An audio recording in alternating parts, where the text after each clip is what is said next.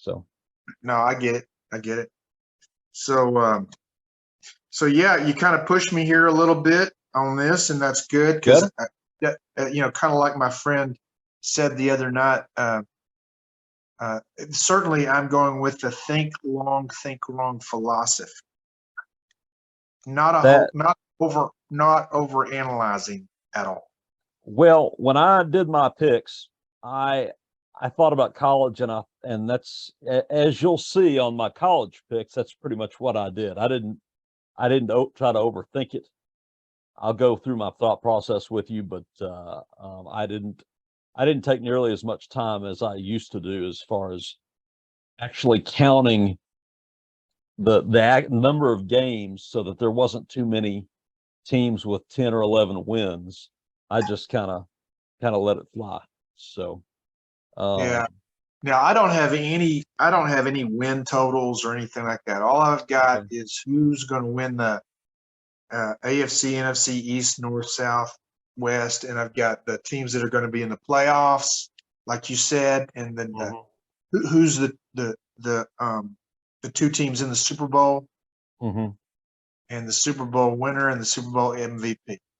Okay. And you've asked me the first coach to get fired. I do have. I've got a thought about that. It certainly isn't based on any kind of intelligence or research. Well, it's probably a shot. The one thing I've learned, and I think you probably learned this, is that sometimes we can take just about as good a shot as the quote experts, because the quote experts, unless they've got some kind of inside information or working with the same, they're working with maybe a little more knowledge than we are, unless they have inside info that they're not letting the rest of us in on, which I'm sure a lot of them do. But totally. And to be honest, I can't tell you who the first coach that was fired last year was. I couldn't either. I remember it. That's something that the radio, somebody always makes mention of it. Say, okay, here's the first guy to hit the guillotine, but they, I can't remember who that was. It's just, all these coaches, they come and go pretty quickly. So, how much of the games did you get to watch last night? You said you were watching the Rangers a little bit, but man, you talk about a sad group, man. I know. I mean, I don't know how many games they, the one loss game thing, right? And I think there's a truth to the idea that great teams win the close games. Yeah. So is the inverse correct too? Probably. So, clearly, yeah. But I've got because I do play fantasy baseball. I always seem to have a little bit of interest in what's going on with MLB, but so honestly, there wasn't much choices on TV last night, and we rely on my oldest daughter's Netflix account to stream. We give her money to help her pay for that, and she failed to pay the bill, and so so that was frozen, and so I kind of had control of the TV. I was watching the Rangers, Red Sox, and I was watching the whatever the MLB network game was. I can't remember. Wasn't that good, but and then I was flipping it back to the Pittsburgh, West Virginia game, and I didn't even know that the Purdue Penn State game was on Fox until you mentioned it, and I said, well, that's got to be on TV somewhere. And I looked at the ESPN scoreboard, and I realized it was on Fox. And so I did watch the end of the Pitt West Virginia game, and it's kind of one of those, I don't know that I really care who wins this game. It was just kind of it was kind of interesting to watch. And the Penn State Purdue game, I mean, it looked like Purdue was kind of in control there, and then that fell apart. They really were, and I was watching. You got both Pennsylvania teams, and I was thinking, okay, both of these teams were going to be leading and be undone by a pick six in the fourth quarter. And of course, Penn State got it together and made that drive. But Purdue, I guess Braum, yeah, and we've talked about this. You can kill coaches with play calling and clock management. Yeah, I don't think he did too poorly, but I think he could have maybe run the ball a little bit more. There was several, he had 2 drives there and got a couple of lucky catches, but he might have been pretty well served to mix in a little running and try to run some clock. Because if he had done that, I mean, whether you win or not, but maybe you don't have to punt to him twice, or at least on the second punch you don't give him that much time left. So yeah, it's coach. So coaching decisions, right? It's those clearly. I mean, that whole Scott Frost thing last week, the onside kick. I thought one thing that I thought that from what I saw, and I didn't see much. I would say maybe 20% of the Pittsburgh game, and certainly like 5 to 10% of the Penn State game. But there were some situations where the officials in that Pittsburgh West Virginia game, they had some much harder calls to make, I thought, than in the Penn State Purdue game. I thought that those they had several replays, and there just didn't seem to be much controversy around theirs. Yeah. So I think that's just part of it. Sure. I think the college game over reviews, it just takes so long. Well, and you get the targeting, and I understand the reason for the targeting, but you're going to have half a dozen of those minimum. It seems like a game, and you got to go to the tape and see, and the one, I don't know if you saw the one where the Pitt guy hit their star receiver, and they threw the flag immediately, but the guy had done perfectly in that he had turned his head right at the right minute, put his shoulder into his body so he just misses the head. I mean, perfect tackle, but the impact of the hit, they throw the flag. And that's I've noticed that it slows the game down a little bit, but I guess if it saves some kids' heads, I guess so. But so I watch MLB, and the guys who are the umpires, they're just wearing headsets. They're not watching anything, right? They are just somebody's telling them, you got it wrong or you got it right. Right. It looks like to me, and this is kind of an interesting thing, right? It looks like to me you do not have that objectivity in the NCAA. I mean, because the official is watching the play. So it is not objective, I don't think. No. I mean, you're relying on them to be objective. But, they've got to admit they or somebody on their crew made a mistake. Well, and in the NFL, it seems like I'm surprised that, I mean, the letter of the law says it really shouldn't be, it should be conclusive. I think the wording is conclusive, and a lot of times I think they turn it over when it's really not all that conclusive. They're just kind of making their own decision about it.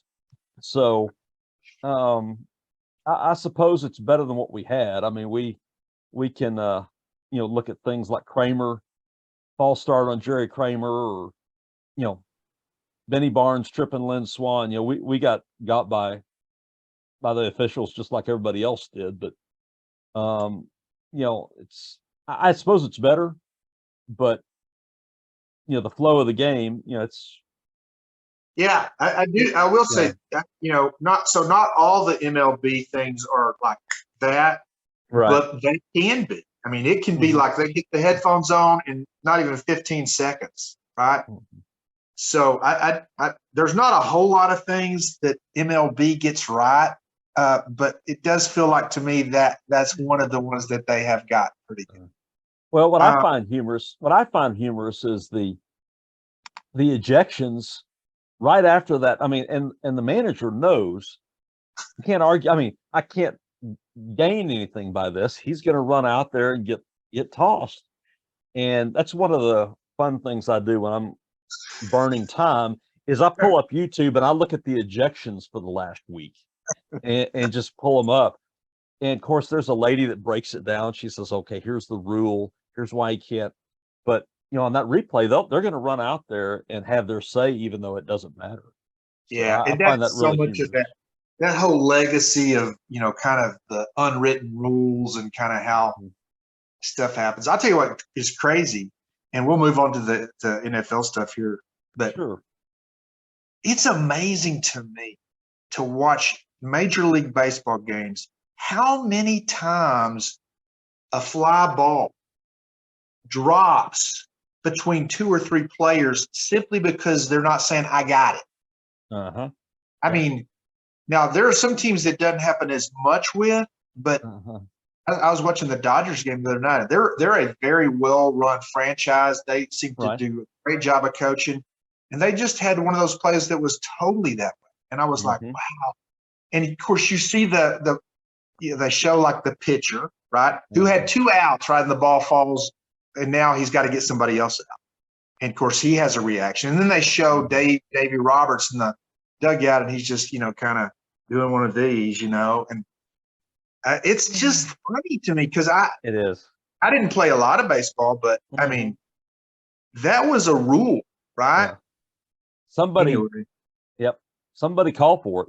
And so, well, let's get on to the business at hand. Who should you want to go ahead and go first on your NFL picks? And how about I do the NFC first, and then you do the AFC first? Okay, fair enough. Yeah. So what I've got is I've got the East, North, South, West. That's kind of the way I'm approaching it.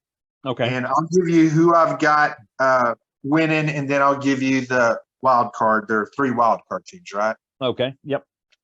Yeah. So I've got the Eagles, and the only reason that I do is because I just I think the Cowboys are going to be hurting without Smith at offensive tackle. I think their schedule is going to be just maybe a little bit more difficult. That's going to be close, and that could be like a tiebreaker thing. I don't know. I mean, those 2 I have them both in the playoffs. Okay. I think they'll both, and I think they will have the worst records in the NFC among playoff teams. The other teams I've got: Green Bay winning the North, Tampa Bay winning the South, and the Rams winning the West. But I'm going to say I don't think Green Bay and Tampa Bay are going to be nearly as dominant or good as they've been the last few years. Okay. The teams that I have given them in the playoffs, besides Philly, Green Bay, Tampa Bay, and Los Angeles, is I've got Minnesota, and I've got the 49ers again. Okay. So that's my NFC lineup. And then I'll save the Super Bowl thing for later. Okay. Well, we agree exactly, except for on the Cowboys. I do not have the Cowboys in the playoffs. And I really didn't feel that strongly about that 17, but I picked the Saints. I picked the Saints at like 9-8, and I kind of had the Cowboys at like 8-9. And I don't think Philadelphia's made some strides, but I'm with you. The journey of a Cowboys fan, as you know, is kind of, and we talked about this, you kind of have to try to get out of your head because, if you listen to Jerry too long and they win 2 or 3 games, you can start to take yourself for a little ride that makes you completely forget the idiocy of the off season. And it happens every year. And so I when I make these picks, I really try to divorce myself from the martyrdom that I feel, and as well as any kind of blue Kool-Aid that I may have inadvertently drank by taking in media. So, but I'm with you. Do you think it's so? You are exposed to that whole DFW media swirl, 365, right? And I don't hear about the Cowboys. I mean, that's not even something that. The only thing I hear about the Cowboys is when, if I were to pay attention to ESPN and the, kind of the over focus and exaggerated, interest that they get simply because they have so many people who hate them and so many people who like them, right? Right. Right. Yeah, I think that's anyway. We'll see. Yep. I don't think either one of us have very high expectations. No. But it's interesting. The last 10 years or so, when I've been so burned out and said, okay, there's no way they're going to do something. That's the year where they start to put like 2014 was that year. I thought, I don't think so. And then the 49ers just drilling. I was like, see, there you go. And then they have a good run. So it'll be interesting. we could go on and on about the Cowboys, but I'm with you. It wouldn't surprise me if they snuck in there as a wild card team, but I favor Philadelphia as well. So yeah. So hey, the Saints, so you have them as a wild card though. Yeah, just a wild card. And in fact, they were the best of a lot of least choices. I have them at both them and San Francisco. I think San Francisco is a decent team, but I have them both at 9-8. Whereas in the AFC, I have all those playoff teams winning at least 10 games. So I think it's going to be a little better. Yeah, go through your AFC. AFC, I went through, and I'll put them in order of seed. Buffalo 1, Kansas City 2, Baltimore 3, and Tennessee 4. Those are your division winners. I've got Cincinnati, the Chargers, and then the Colts as my wild cards. And okay, so that's kind of how I have the AFC. We're close. We're really close. I've got Buffalo, I've got Baltimore, and I've got Kansas City. I've got Indianapolis winning the AFC South, but I've got Tennessee as a wild card. Okay. So we got those. We just flipped those. Mm-hmm. The only thing that I've got the Chargers as a wild card. Okay. And so I did not pick the Bengals to get back. I picked the Broncos. I think that's a solid pick. And the curse of the Super Bowl loser, I think you can play that in Denver, obviously with Russ. And Indianapolis, Tennessee, I had them with the same record. I had them like 10 wins. So that's a coin flip. We really don't disagree on much, as it turns out. So what about your playoffs? What are you thinking about the playoffs? So now I just picked the Super Bowl. Okay. So did you pick? If you picked it all out, I didn't do that. I just did the championship games and then the Super Bowl. I didn't go through the wild cards or anything like that. Okay, so I had something with so who I was thinking. Okay, yeah. So I had I'm gonna put these two teams in the NFC championship game, and then you give me your two teams for the AFC. I'm gonna put the Rams and the Vikings. Wow. Okay. I had Tampa Bay and Green Bay, with Tampa Bay winning. Okay. And then with AFC, I went Buffalo over Baltimore. I'm going to try Buffalo again this year. So that's funny. I've got Baltimore. I've got Buffalo, and I think the team that I had next to them was the Chargers. Okay. That's the Chargers, and I'm trying to get your picks down here. So sure. And I'm recording this, so we'll be able to. Gosh, that's scary. Okay. So you have Tampa Bay beating Green Bay. Uh-huh. And you have who were your AFC? Buffalo beating Baltimore in the championship game. Okay. All right. And so I've got the same two teams in the Super Bowl as I had last year. Which was Buffalo and the Rams? The Rams. The Buffalo and the Rams. Okay. Yeah. Okay. And so you've got who in the championship? Buffalo. For NFC, I've got Tampa Bay over Green Bay. Yeah. And Tampa Bay winning. And I picked Green Bay to win the NFC for like 2-3 years in a row, and I've given up. I mean, there's. So you're going with Tampa Bay in the NFC, and who's your AFC? Buffalo. Okay, so you've got Tampa Bay versus Buffalo, and I've got Buffalo winning. So do I.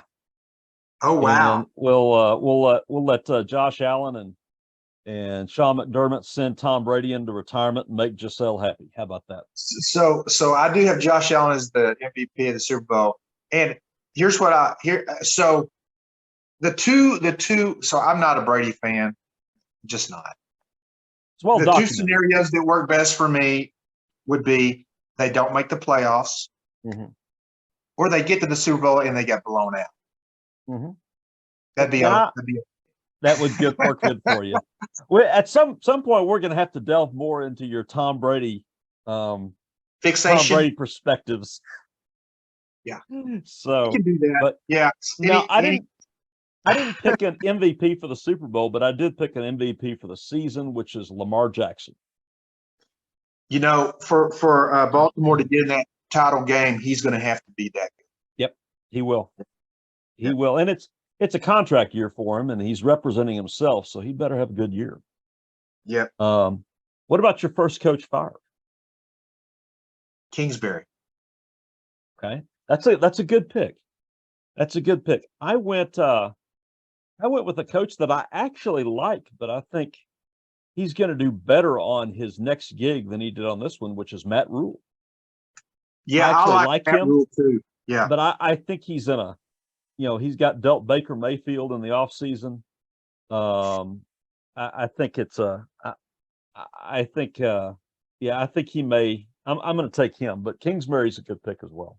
That's Arizona's kind of a mess also. I think they're really messed up. So let's talk about college. So, because you asked me to pick these, and a couple of these are real easy. Okay. At least for me. I mean, Big Ten, Ohio State. They're clearly the best team. And the SEC, I mean, how can you, in my opinion, how can you not pick Alabama? They have their two best players back. Yep. Who did you have in SEC and Big Ten? Same thing. I had a quote on something I retweeted that somebody on the local station tweeted out, or he said it on the radio and I retweeted it. He said, if you're betting, it's Alabama and points and anything else is dumb. And I said, that's wisdom from the heavens right there. And of course, I think he said it before the title game, but still, odds are that's the chalk. I mean, yeah, it really takes either an extraordinary team or extraordinary circumstances for Alabama to lose. It does. It does. I've got for the Pac-12. I'm going with Utah. Pretty much everybody's picking Utah to win the Pac-12, and I'm going to pick them too. Okay. I went with Oregon. That may not be a good pick, but I went with Oregon. But Utah's a good pick as well. I was a little. Go ahead. Well, I remember watching the title game last year, the Pac, and just surprised how flat Oregon came out. And so you'd like to think that they would put that on their bulletin board this offseason, but I don't know.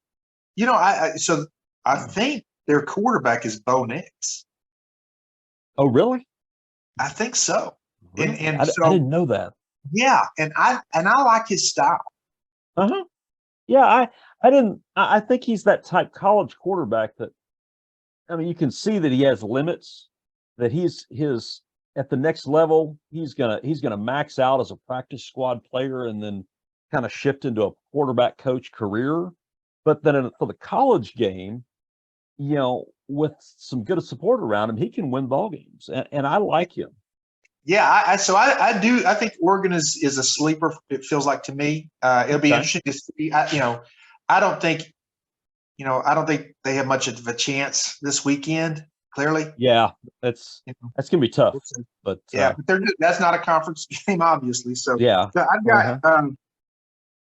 So the next two are where I kind of went out on a limb. Okay.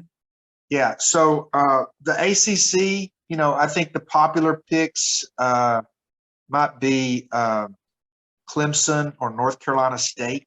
And I'm just like, okay, I'm not going to go all chalk here. So I'm taking the Hurricanes. Okay. I debated that.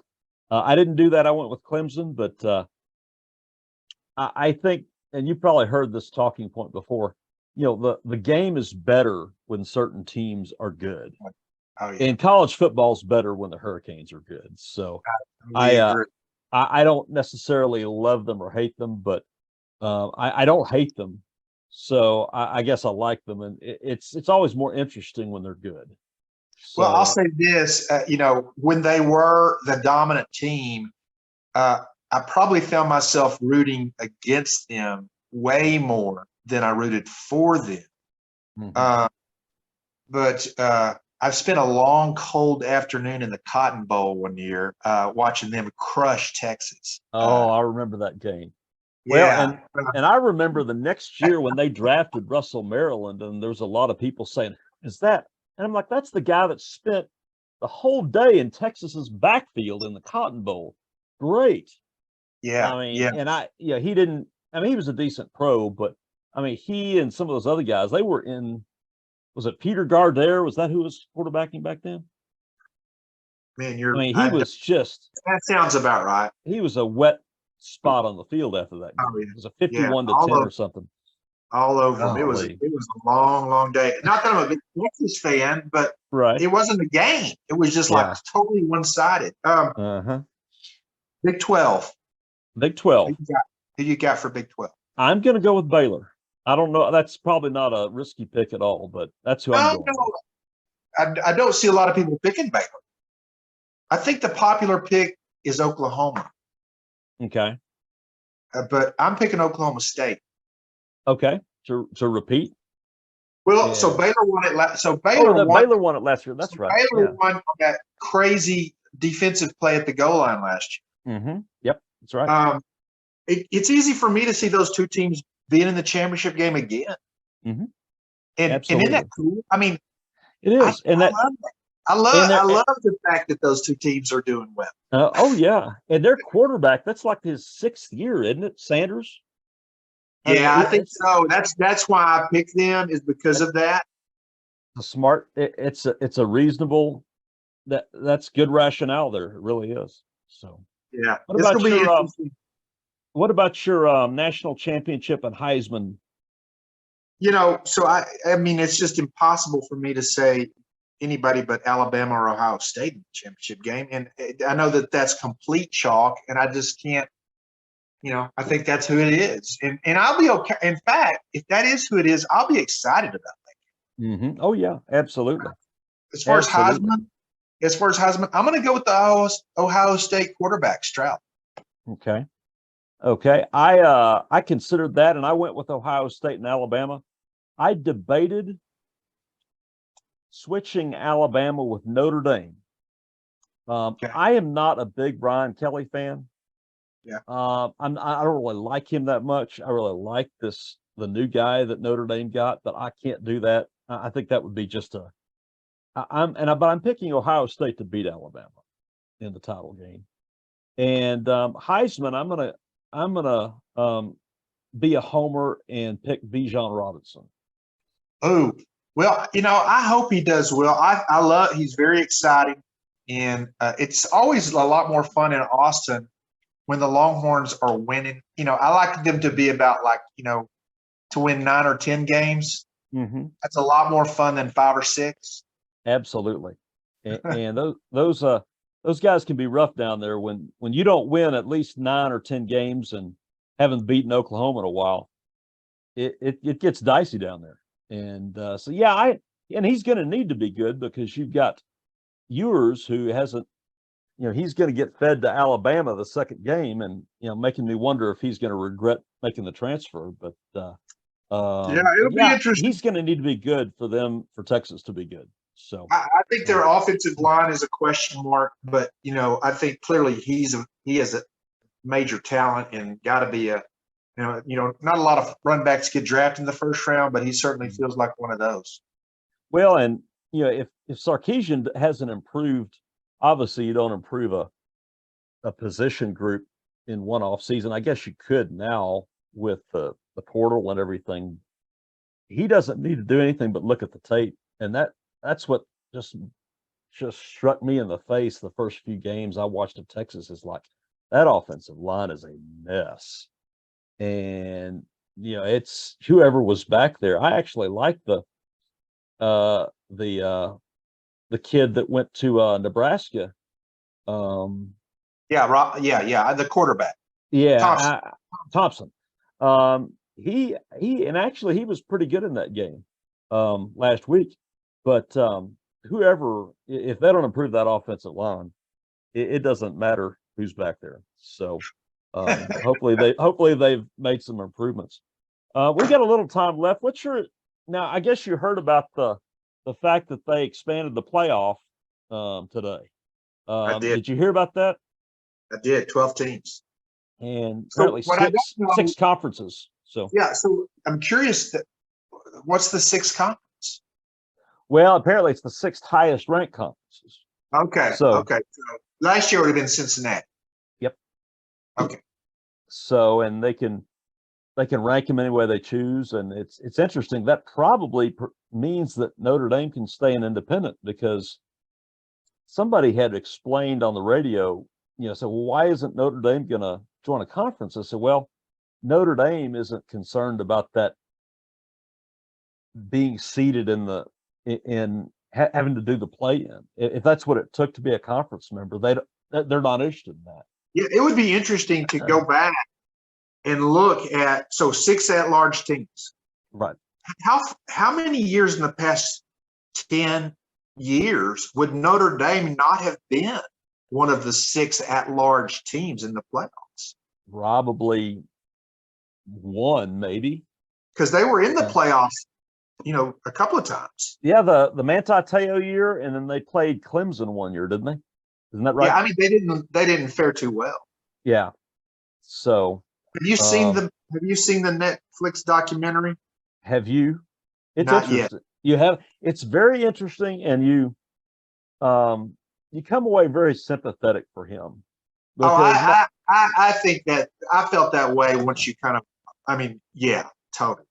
My impression of him is that he was one of those kids that was very focused on school and or focused on playing. And I would imagine that if you're that focused, you don't have a whole lot of time for a social life, especially if you're real serious about it. And so, hey, there's somebody that's my girlfriend to worry about it. But it also gives you a picture into what happens in some of these PR disasters, where right before the information comes out, your PR people say, hey, just be quiet about it and see if we can ride it out. And he actually kind of told a couple of white lies in interviews to kind of ride it out. And sometimes, and we kill people for doing that, but watching that, you could really understand why somebody would do that. He seemed like a good kid that just got caught up with something. Yeah. I just remember that story, and I remember, and I just love this phrase. So I remember somebody recalling this phrase as, "This is a Mike Tyson moment," and the phrase is a reference to back in the day. There wasn't anything you could have there couldn't have been any headline involving Mike Tyson that would have really been a surprise. I mean, it could have been anything, and you would just go, well, yeah, Mike Tyson. Yeah. I mean, yeah. And that's how that story was. It was just, so I think here's what I like about documentaries. I think documentaries really, for me, reinforce how things are usually kind of a little bit more here in the middle, right? And we tend, and especially the media it just works this way. And that's because of how audiences are. We tend to be over here or over here. And that's just kind of being in the middle sells documentaries, but it doesn't sell ads on the news. So 100%. I have been watching the Jeter documentary. Have you seen any of that? I haven't seen that one yet. So I know you're probably not as big of a baseball fan, but here's what I will say about it. There's some really, really good stuff in there as far as cultural stuff and kind of, so Derek's, his dad was a black guy and his mom was a white woman. And just so the whole biracial thing is kind of a thread through it. And clearly he didn't make anything of that, but I think it's always it is always good for me to just kind of get the benefit of someone explaining kind of how that works for them. And typically it doesn't work too well, right? Yep. Because of how people react and respond. So I thought it was really good. Yep. I'll have to check that out. And yeah, you definitely should check the Teo thing. It's two episodes, and it will be interesting. It'll be worth your time. If we can never get that Netflix bill paid, I'll watch. I have to get on your daughter for that. So, well, Kevin, this has been great. Let's do it again soon. Tell Tammy I said hey. Yeah. And we'll kind of keep tabs on the games and see what's going on. Yeah, and maybe seriously next weekend when I'm up there, I plan on driving up Sunday morning or something. Maybe we can get together Sunday night or Monday night. Yeah, maybe so. Absolutely. I've got that on my thing. So let's think about it. Okay. Okay. Sounds good. See you, Kevin. All right. Take care. Bye-bye.